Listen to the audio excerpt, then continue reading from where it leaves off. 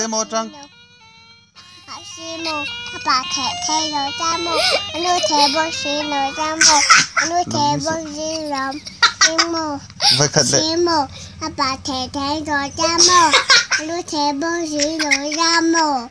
nuôi thề bông xí rồi cha mô nuôi thề bông xí rồi mà xe mô trăng bà xe mô bà thề rồi cha mô nuôi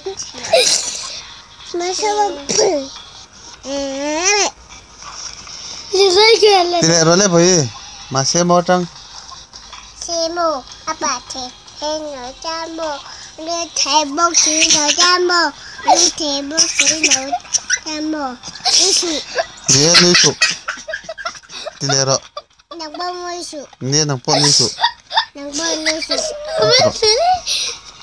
hay cái này là bông hay dai lại rồi lấy xe mô bà thề rồi cha mô hay nuôi sụ xe mô bà thề rồi cha mô nuôi thề bông xí rồi cha mô nuôi thề bông xí rồi cha mô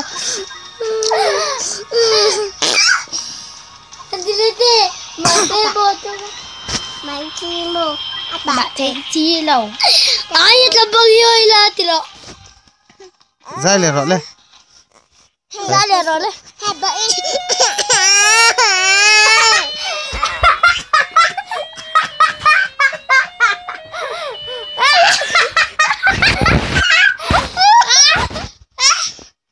dai lại rồi lấy thì khan dai rồi lấy bùi dai lại thế mà xe mô trăng xe mô bà kì lấy dai rồi lấy mà xe mô trăng kha hey lúc đi tổ số dai đòn kia tập này lấy ngồi ở bây dai lúc đó nhỉ u em nó càng o mà xe mô trăng lấy thì khan xe mô bà kì rồi cha mô nuôi thề bông xí rồi cha mô lấy đi tổ rồi lấy bây dai lại rồi lấy mà xe mô trăng